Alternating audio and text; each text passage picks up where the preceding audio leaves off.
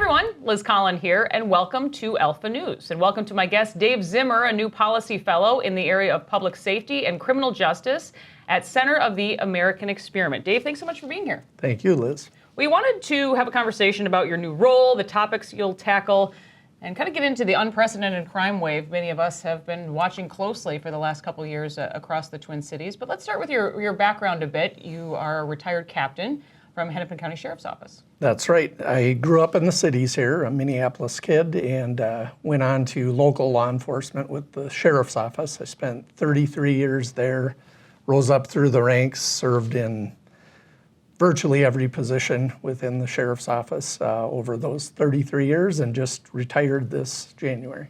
Yeah, I know it's a recent retirement for you, but talk about just the turmoil the last couple of years on the job, because I think many people in law enforcement can relate. Right.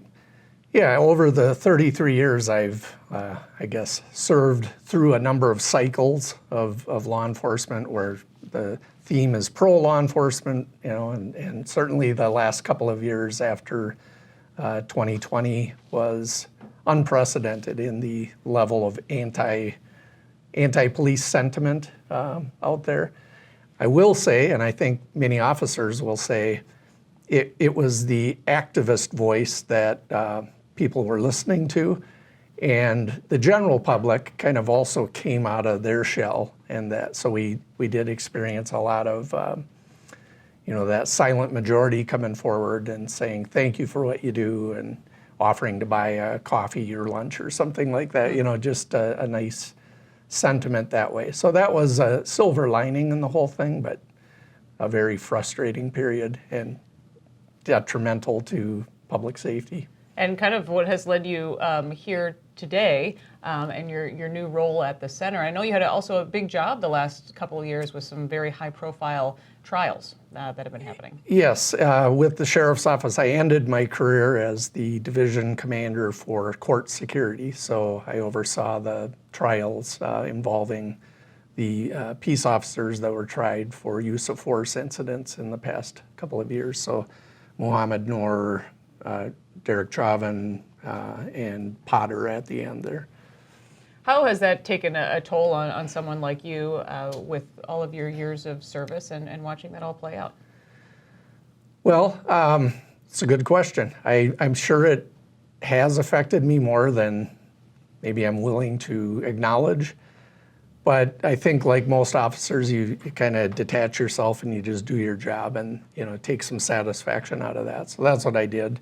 But those were not easy events to work through in any stretch of the imagination. So, but I survived, and the profession will survive as well. And speaking of the profession, I wanted your take just on the morale overall of law enforcement in Minnesota. And I know you also have some pretty troubling statistics when it comes to just manpower. A lot of this is coming down to simple math. Are there enough police officers on the streets? We're seeing certainly the answer is no in Minneapolis, but it's playing out really across the state. Yeah, it's playing out across the state and the country. One of the things I'm just starting to delve into in my new position here is some of those stats. So what I have been able to find is both on the recruitment angle, so who's going into the profession or who is interested in going into the profession, and then retention issues, who is staying in the profession. And what I can tell you is the people I've spoken to at the colleges that are prepping these people is that enrollment is way down. One of them, Alex Tech, I want to say, was, I shouldn't even quote the stat because I don't have it in front of me, but way down from, say, 2019 until now. Probably close to 50%, as I recall. And sometimes these were programs that would turn people away because they would be full. Right. And back in the heyday, it was almost hard to get into those classes. So anyway, the pool, the candidate pool, is way down for all of the agencies that are trying to fill vacancies. There's a ton of vacancies out there now. Minneapolis is down, depending on who's reporting it, 200 to even 300 officers from where they should be. Now there's the 731 that you hear about a lot. That's in their city charter. That's based on a proportion mandated in their charter. But historically, Minneapolis has been around 850 officers, as many as 900 at times. And given the crime wave that we're going through, that's the number they really need to shoot for. It's going to take them years to get back there. They're in the 500s right now, and they're struggling to fill their cadet classes. So best case scenario, they want to fill 4 classes of 40 each year. That's 160. They can't. They're getting maybe half of that signed up right now. Wow. So they're competing against everybody else that's trying to get the best applicants, the State Patrol, all the big agencies, and there just aren't enough applicants. And you've also noticed that retirement age is coming down. People are not spending the 33 years like yourself on the job. Right. Even 5 years ago, I would say the average age or average years of service of an officer that was retiring was close to 30, some maybe 28, some 34, that kind of thing. I just did an unscientific study. I took the MPPOA magazine, which is the Minnesota Peace and Police Officers Association.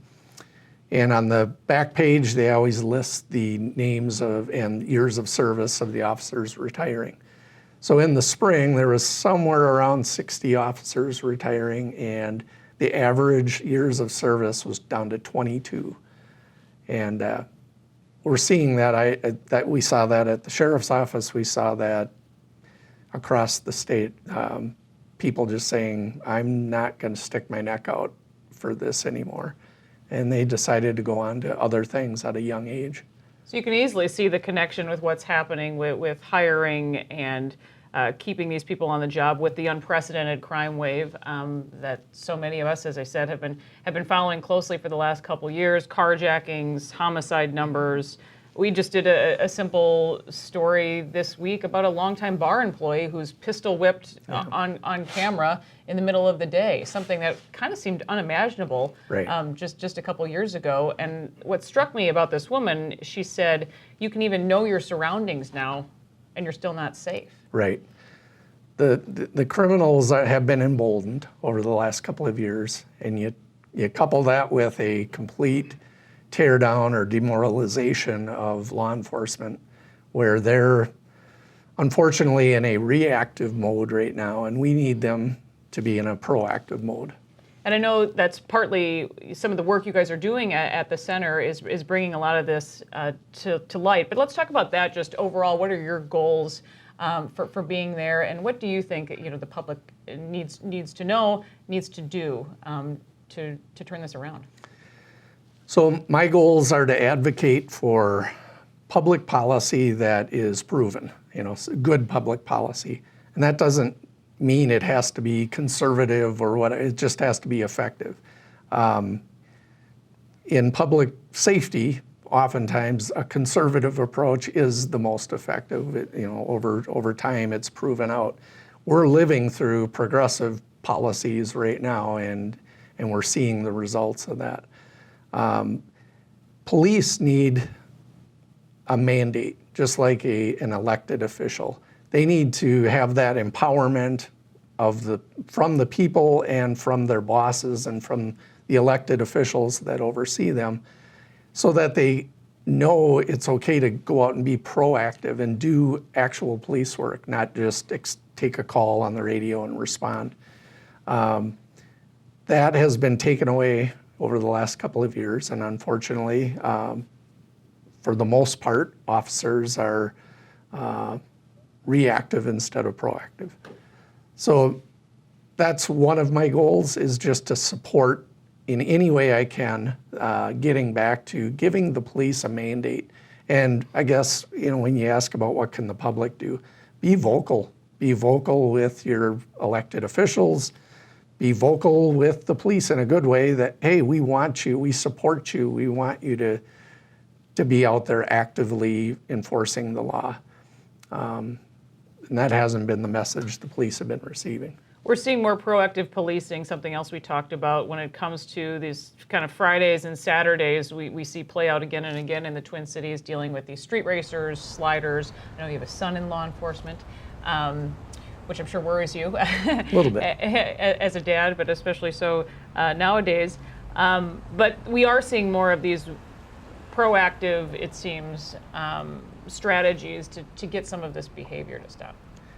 Yeah, regarding street racing, it isn't like the 1960s where Lake Street on a Friday night was, kind of the car hop and show off your car type atmosphere. This is criminal activity where they're taking over major intersections and, doing high-speed burnouts and, there's gunplay, there's people shooting out of cars, there's at times thousands of people in the area to watch. People have been struck. I know at least one person was killed that had come down to watch from northern Minnesota. Mm-hmm. So it's a totally different thing than what some might want to portray it as, is just this, it's a car show, that type of thing. Right. This is criminal activity. Right. A lot of attention has now been shifted to the judicial system, and I know that's something at the center you guys are also focusing on, but how much of a role do judges play in what we see happening? You bring up the street racing story, another story we profiled on Alpha News, but this is somebody going 120, 130 miles an hour, leads police on a chase for 30 minutes across the metro, could have easily struck and killed someone, had a gun. He's out of jail in 2 days. And these are stories we report on again and again. Yeah. I'm not sure if we're talking about the same one, but we also just reported on this, is a fugitive. That's a different one, yes. That's a different one, okay.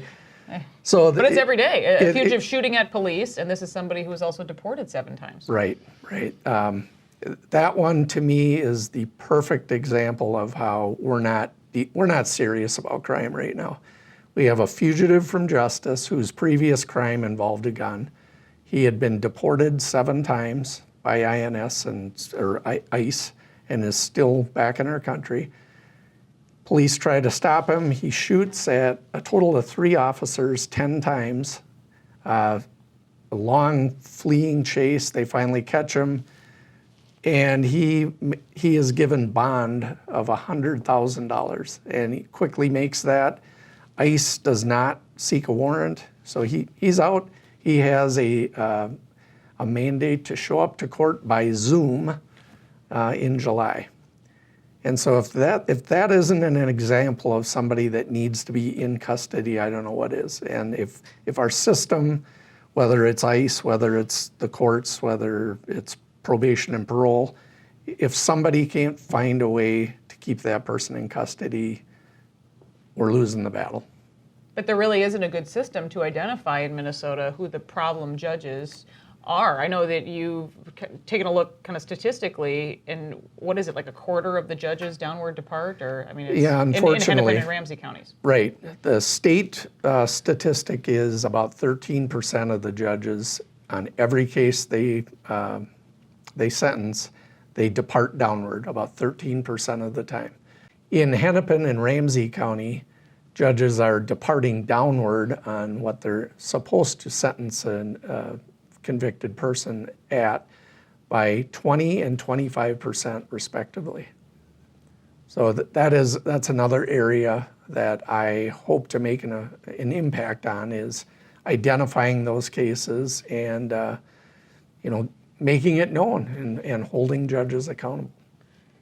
Does it strike you as strange at all that public safety has become so political? Again, I know we've seen these waves. A lot of people seem to come out in these meetings and they say, this isn't about politics. But sadly, don't you feel like it is at this point? And what changes can we make if it's not? Well, it is about politics without a doubt. It's opportunism, which is the worst kind of politics in my opinion. And so the way we can make a change is start calling them out and start making sure they understand that's not a positive thing that you're reacting this way. That virtually everything that's happened involving law enforcement in the last couple of years has resulted in this overreaction to something, whether it's unprecedented prosecutions of officers or massive policy changes. The most recent hasn't quite gone through, but in effect it has, and that's we're eliminating no-knock search warrants as an option for police.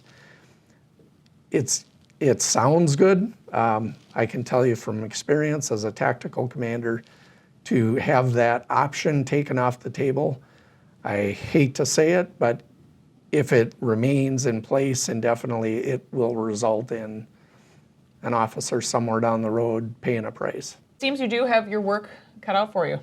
Yes. There's going to be a lot to talk about, and but I think more than anything, it's about educating the public.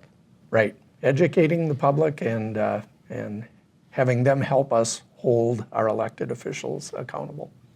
Dave, thank you so much for being here. Thank you. Again, Dave Zimmer, a new fellow at the Center of the American Experiment. Thanks for watching, everyone. We'll be back again soon.